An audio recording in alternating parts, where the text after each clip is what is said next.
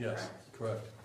Are you aware of the reports that in December of 2023, Secretary Austin had underwent prostate cancer surgery and later was in the ICU following the surgery and didn't let the White House know about that for many weeks, and that this occurred while military attacks in Iraq and Syria that injured U.S. service members happened?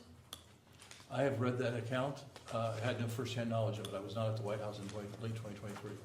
Does that seem unusual given what you said earlier about how frequently President Biden met with the secretary? It is unusual based on that, yes.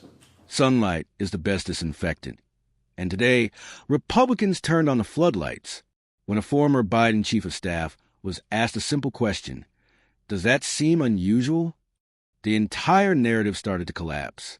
Make sure you like this video. Subscribe to 50 Patriots, grab a seat, get comfortable, and let's dive right back into it. So you believe that Democrats in the Senate were intimidated by President Biden's mental acuity? I believe that Senator Manchin, I don't believe this, Senator Manchin told me directly he would not negotiate with the president anymore because the president had gotten to agree to things he didn't mean to agree to. Most of the Democratic senators supported the president's policy and didn't need to be persuaded or negotiated with, but Senator Manchin disagreed with our approach on some issues, and the president negotiated with him one-on-one twice at great length. And I think you testified earlier that you did not believe that Mr. Ricchetti or Mr. Donilon or the other people close to the president kept information from the president. Is that correct?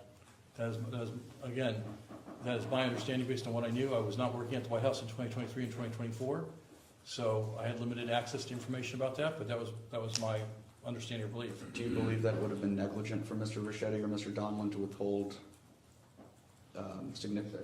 substantive information from President Biden? Well, I think it's the job of the White House staff to decide what information gets to the president, and they can't send him everything because otherwise the president would just spend all day reading, and that's part of their job. It's part of the job of any White House staff, part of the job of congressional staff to decide what gets sent to the boss or not. But, well, are you aware that after the debate there was a closed-door meeting where there was a conversation among Senate Democrats about support for President Biden dropping out of the race? I've read accounts of that. I wasn't aware of that until I saw a published account about that. According to one of those accounts, Democratic leadership in the Senate said that at best 5 out of 51 Democratic senators supported President Biden staying in the race, but that was withheld from the president by either Mr. Ricchetti or Mr. Donilon or both. I'm not aware that was ever communicated to Mr. Donilon or Mr. Ricchetti. I'm not aware that they did or didn't share with the president. But if they did know that, would that have been a breach of their duties to the president, do you think? I'm not going to speculate on that. I don't know.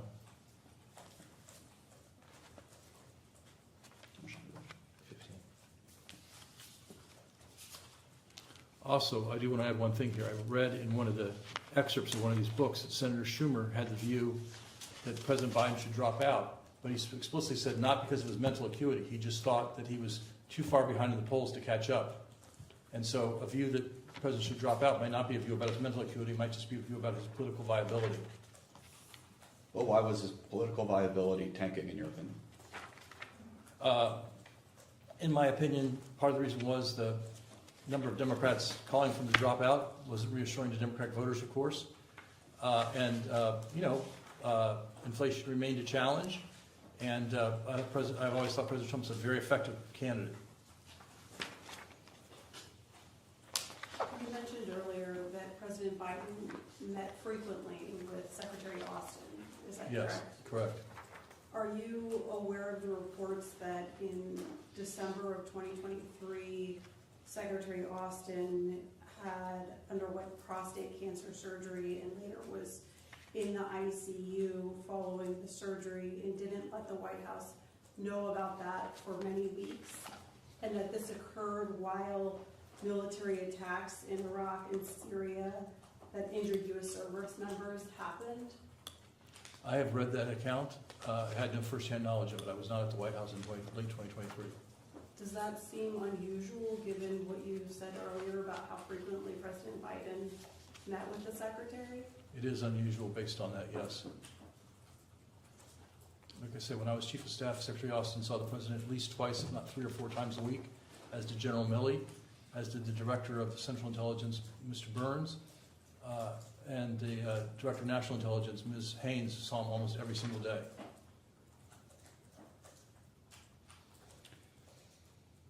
Did